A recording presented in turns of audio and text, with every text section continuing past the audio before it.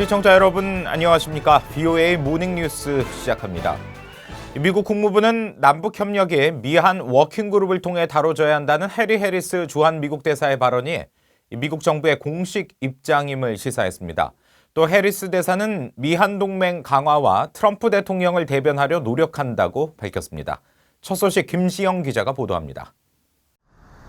국무부 대변인실 관계자는 19일 VOA에 미국은 남북협력을 지지하며 남북협력이 반드시 비핵화의 진전과 보조를 맞춰 진행되도록 미한 워킹그룹을 통해 조율하고 상의한다고 밝혔습니다. 그러면서 한국 정부 관리들도 이를 재확인했다고 말했습니다. 국무부의 이 같은 입장은 향후 제재를 촉발할 수 있는 오해를 피하려면 미한 워킹그룹을 통해서 다루는 것이 낫다는 해리 해리스 주한 미국 대사의 최근 발언이 국무부의 방침에 따른 것이냐는 질문에 답하면서 나왔습니다. 남북협력을 긍정적으로 평가하면서도 비핵화와 대북제재, 남북협력 방안 등을 논의하는 워킹그룹을 통해 미국과 협의해야 할 사안이라는 미국 정부의 방침을 분명히 한 겁니다. 국무부는 이어 미한 동맹을 강화하고 트럼프 대통령을 대변하기 위해 노력을 기울이고 있는 해리스 대사를 전적으로 신뢰한다며 해리스 대사를 포함한 그 누구도 한국의 주권에 의문을 갖고 있지 않다고 말했습니다. 모건 오테이거스 국무부 대변인도 최근 VOA와의 인터뷰에서 해리스 대사에 대한 신뢰를 강조한 바 있습니다. The ambassador serves at the pleasure of the secretary and the president. Our secretary has a lot of confidence in our ambassador. 앞서 해리스 대사는 지난 16일 외신 기자 간담회에서 문 대통령의 낙관론은 고무적이지만 낙관론의 근거에 행동을 할 때는 미국과 협의해야 한다고 말했고 이에 대해 한국 청와대가 매우 부적절하다며 유감의 뜻을 밝히는 등 큰 논란이 일었습니다. 국무부 관계자는 한국 청와대 등이 이례적으로 미 대사에 대한 비판을 쏟아낸 데 대한 논평 요청에 미국과 우리의 동맹인 한국은 북한과 관련한 우리의 노력에 관해 긴밀히 조율하며 북한에 대한 일치된 대응을 밀접히 조정하는 데 전념하고 있다고 말했습니다. 이어 모든 유엔 회원국들은 유엔 안보리 결의들을 이행해야 한다면서 대북 제재 준수를 거듭 촉구했습니다.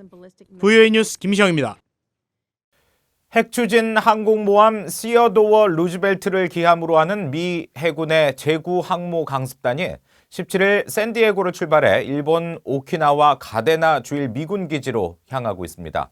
중국 견제와 함께 대북 압박 성격도 있다는 분석입니다. 서울에서 한상미 기자가 보도합니다. 한반도 인근으로 향하고 있는 핵추진 루즈벨트 항공모함은 항공기와 헬기 90대를 탑재할 수 있습니다. 또 대륙간 탄도미사일 요격 능력을 갖춘 이지스 구축함 핑크니함과 러셀함을 비롯해 공격용 토마호크를 탑재한 벙커힐 함도 함께하고 있습니다. 루즈벨트 전단이 인도태평양 지역에 다시 배치된 건 2년여 만으로 지난 2017년 북핵 문제로 위기감이 커졌을 때 로널드 레이건함, 니미츠함과 함께 한반도 주변 해역에서 합동훈련을 벌인 바 있습니다. 미 해군 측은 국제법에 따른 해상 안전과 항행의 자유 수호, 국제사회 동맹들과 지역 안정을 위한 역할 수행이며 유연한 억제력과 가시적 존재감을 제공하면서 어떤 임무도 즉시 수행이 가능한 전투 자산이라고 강조했습니다. 한국 내 전문가들은 미 해군의 이 같은 움직임은 북한은 물론 중국까지 견제하면서 일본 기지를 강화하는 여러 목적을 동시에 수행한다고 분석했습니다. 미국이 한국, 남한에 계속 전력 증강하면 북한에서 반발이 심하고 이런 것도 완화하면서 일본의 후방 기지를 적절히 보강해서 중국도 견제하고 한편 북한은 외무상의 리용호에서 리선권 조국평화통일위원회 위원장으로 교체하고 이런 내용을 북한 주재 외국 대사관들에 통보한 것으로 전해졌다는 언론 보도가 나오자 한국 정부는 사실을 확인 중이라고 밝혔습니다. 한국 내 전문가들은 대남 협상을 맡아온 리선권이 외무성 수장으로 임명됐을 가능성에 의구심을 나타냈습니다. 하지만 사실이라면 하노이 회담 때 대미 협상을 총괄했던 김영철처럼 리선권이 유엔 사령부 협상을 통한 경험과 노하우를 대미 협상에 활용할 수 있을 것이란 분석도 나옵니다. 군 출신이고 또 과거에 대미군과 협상을 했던 이선권을 외무성의 어떤 우두머리로 앉힘으로 인해서 조직을 개혁을 하고 하려는 어떤 그런 의도가 아니겠느냐, 우리가 그렇게도 해석할 수가 있죠. 김 교수는 군 출신의 리선권을 외무성 수장에 앉힘으로써 하노이 회담을 실패로 이끈 외무성의 기강을 바로잡고 대미 협상의 전열을 재정비하려는 것으로도 보인다고 밝혔습니다. 서울에서 VOA 뉴스 한상미입니다. 미국 해군이 이번 주 태평양 괌 인근에서 한국과 일본 등의 해상 초계기가 참여한 가운데 연합훈련을 실시합니다. 한국 해군은 20일부터 31일까지 미 해군이 진행하는 연합훈련인 시 드래곤 2020에 P-3C 해상 초계기를 투입한다고 밝혔습니다.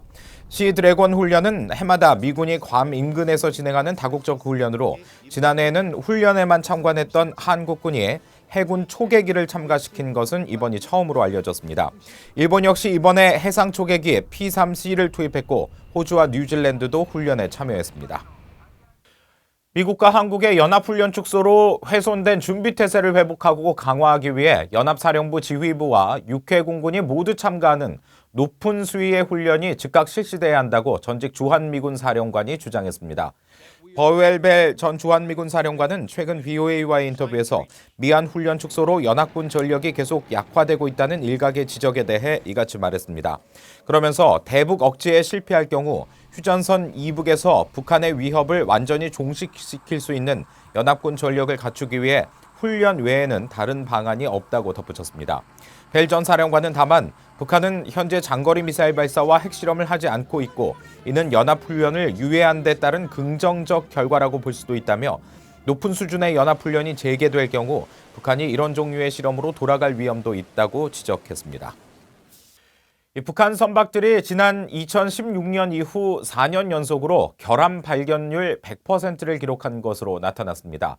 아태 지역 항만국 통제위원회 도쿄 MOU의 자료에 따르면 지난해 해외 항구에서 안전검사가 실시된 선박은 51척이었으며 이 중 결함이 발견되지 않은 선박은 단 한 척도 없었습니다. 북한 선박들은 지난 2015년 단 한 척만이 결함이 없는 선박으로 기록됐을 뿐 이후 2016년부터 지난해까지 해마다 결함 발견율 100%를 기록하고 있습니다. 높은 결함 발견율은 북한이 운영 중인 선박 대부분이 1980년대에 건조된 노후 선박이기 때문으로 추정됩니다. 이상으로 VOA 모닝뉴스를 마칩니다. 시청해주신 여러분 고맙습니다.